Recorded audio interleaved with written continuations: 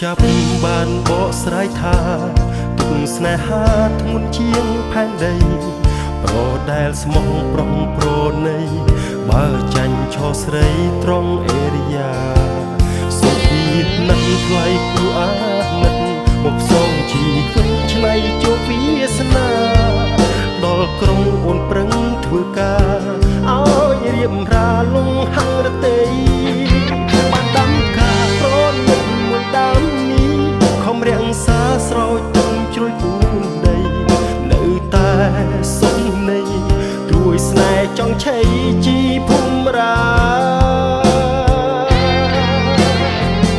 ការតែងចាំងក្លិនសូបិនពេញដោយតណ្ហា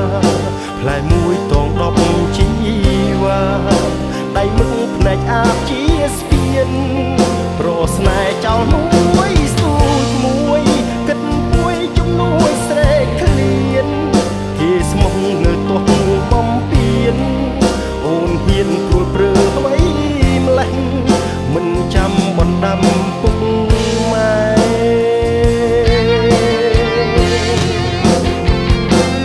កាលពីមុននោះបងតែងគិតថាវោមិនស្ងួនអលើសគេបែអូនភ្លេចខ្លួនខ្មែរលែងស្គាល់ភ្លឺស្រែគេកំណើតគិតមុនអងពេលបងប្រវត្តិទៅគូកែថែចិនគុំនឹកត្រានត្រើយឯបងមិនសមឡើយទឹកភ្នែកអត់ស្បើយព្រោះតូចតន់គួសាវ៉ាទៅទៀតចិត្តស្វាននឹងចារឹករឹងដូចត្រីទឹកជន់គ្មានថ្ងៃគ្រប់គ្រាន់បងផ្គាប់មិនទាន់ក្របពាក់ស្រី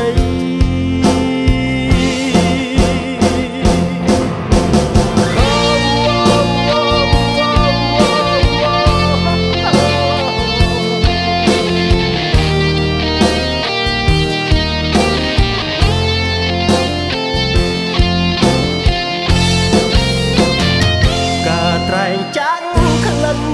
សូបិនពេញដោយតណ្ហាផ្លែមួយតង10ជីវ៉ាដៃមុខភ្នែកអាបជាស្ពាន